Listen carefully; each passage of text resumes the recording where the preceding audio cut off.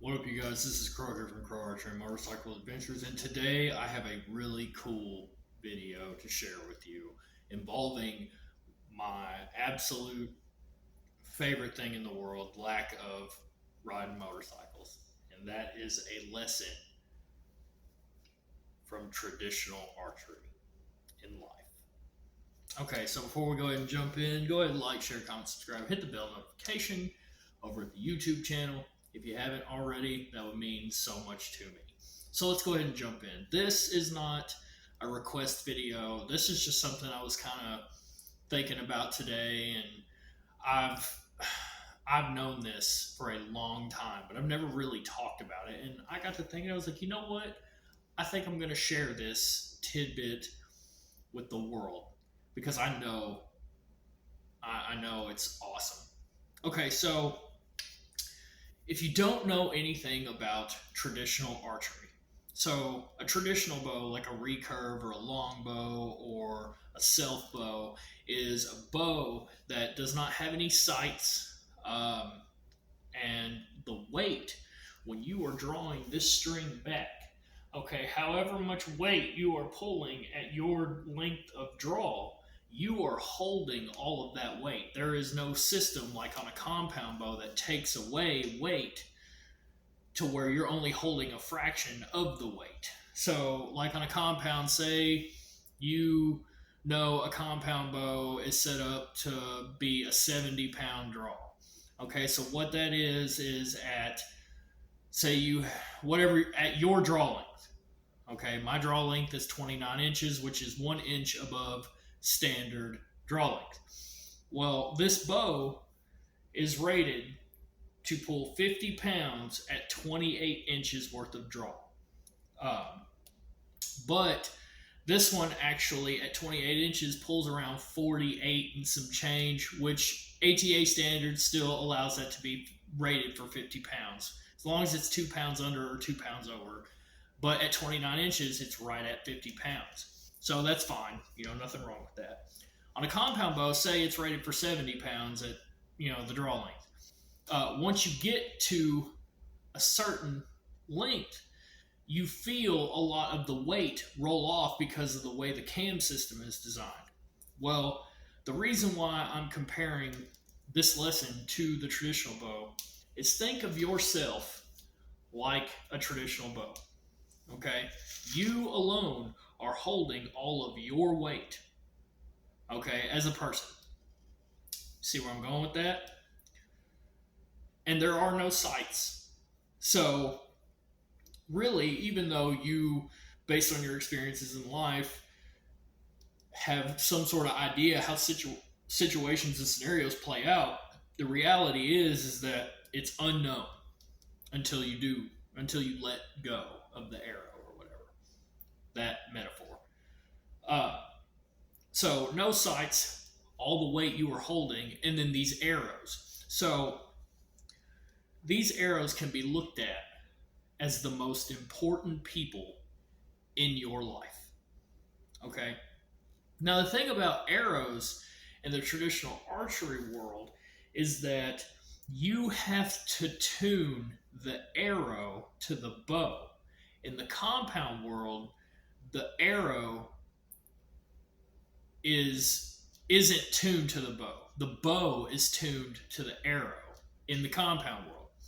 So, with the traditional bow, basically, how arrows are is you can't just go to the store and buy an arrow and chuck it on a traditional bow and shoot it and it shoot perfect arrow flight, which is what you're trying to achieve. You're trying to achieve perfect arrow flight because with perfect arrow flight, when you hit, say, a game animal, then if that arrow is flying perfectly straight, it has the least amount of resistance and will allow to pass through and be in the ground on the other side. Now, if it is not correct, it will fly either weak or stiff, which whenever it hits, it meets resistance, so it won't allow it to continue to pass through. And the thing is, pass through is what you're looking for because at that point, it's clean, quick, ethical, all of that. Okay? So, when you think about it, the most important people in your life, or these arrows, can come in all different shapes and sizes. The reason why all of these match is because I bought a pack of 6 in the correct spine for this weight, but a lot of building went into it because the more weight that you add to the front of the arrow, the weaker it makes the shaft. And in order to stiffen it up, you have to shorten it. So the shorter that the shaft will get, it will start to stiffen up. So it starts flying weak, but as you cut off pieces of it, it starts to fly straight. Okay?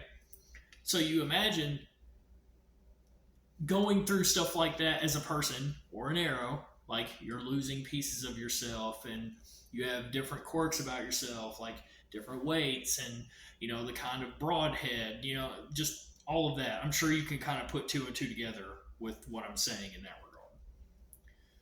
But the thing is, the reason why all these match and all have the same colored fletchings because I had these fletchings and I bought a 6-pack of these arrows and ended up building them for this bow. These arrows, the way I've got them built, are kind of like a multi-purpose kind of setup. So I can go hunt medium to small size game with them, or I can just shoot target archery and be fine with their trajectory.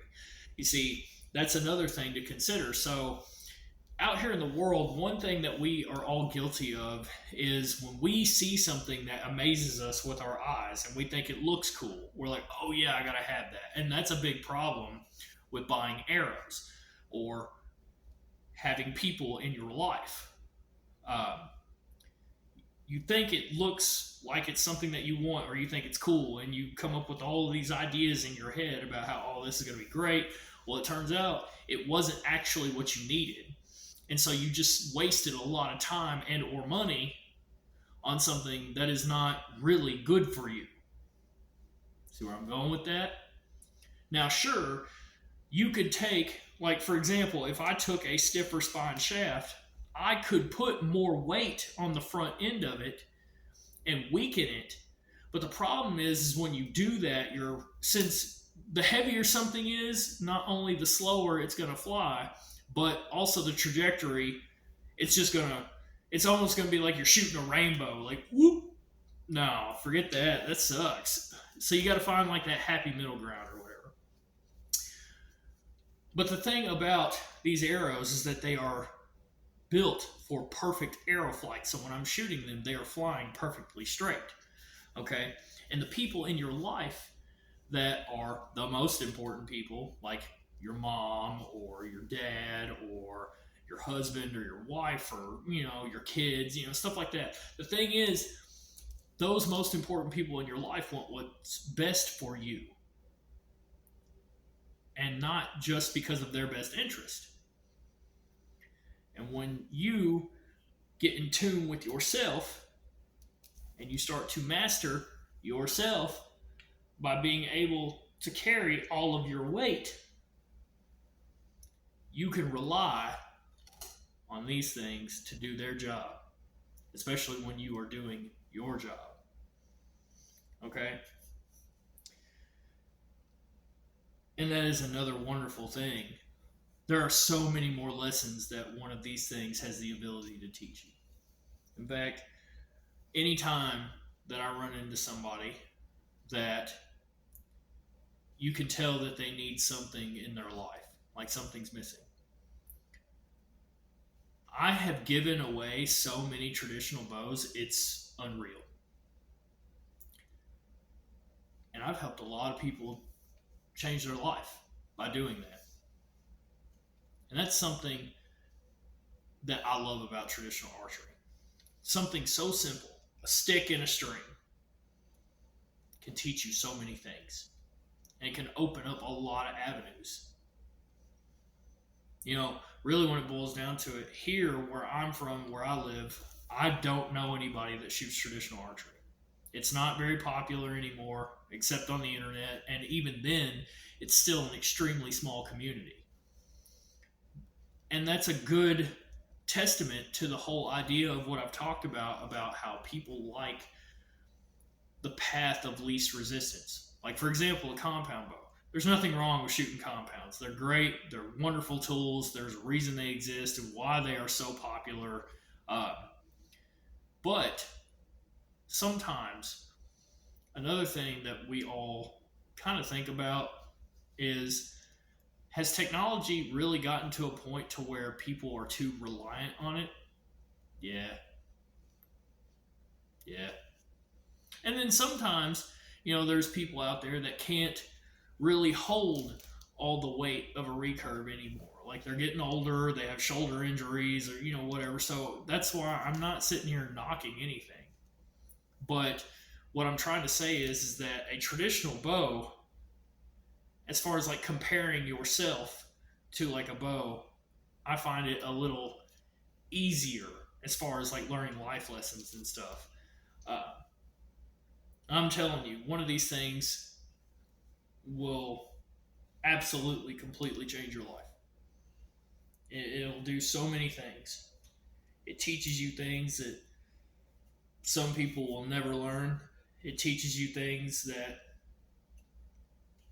are just the utmost most basic things that sometimes nobody even really thinks about. It's just absolutely incredible. And I highly recommend that you consider getting a traditional bow. And if you need help with it, let me know. And I'll help you get a really good setup that's for you. Like for example, I know I said this is a 50-pound recurve bow, but the thing is, it took me a long time to get to that weight.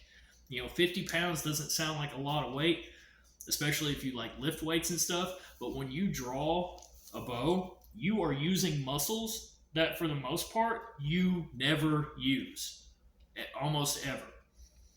I mean, I've seen bodybuilders, try to draw traditional recurves back that are similar weights and maybe a little bit more or even just a little bit less, and they struggle to do it. Like I said, it takes a lot of practice. So if you want to start with a lightweight, even if that's only like 25 pounds or even 20 pounds. Start there and work your way up. And you don't have to spend a lot of money. I've had tons of recurves and I've had tons of very expensive recurves, and I've sold all of them. The only expensive recurve I have anymore is my Morrison, and then I have this cheap Black Stealth Hunter recurve. And I love this bow just as much as I love my Morrison. I absolutely do. The cool thing about this is I don't feel bad if, it goes through the weather and gets beat up a little bit, because it's going to. It's bound and determined to happen with the amount that I shoot this thing. I just I wouldn't trade it for the world. And most importantly, I wouldn't trade the wisdom that I've gained from traditional archery for anything. So I highly recommend that you try it out. It may not be for you, but if, what's the worst that's going to happen? You learn a cool survival skill. It's awesome. Either way, I love you guys. Like, share, comment, subscribe if you like the message. Peace.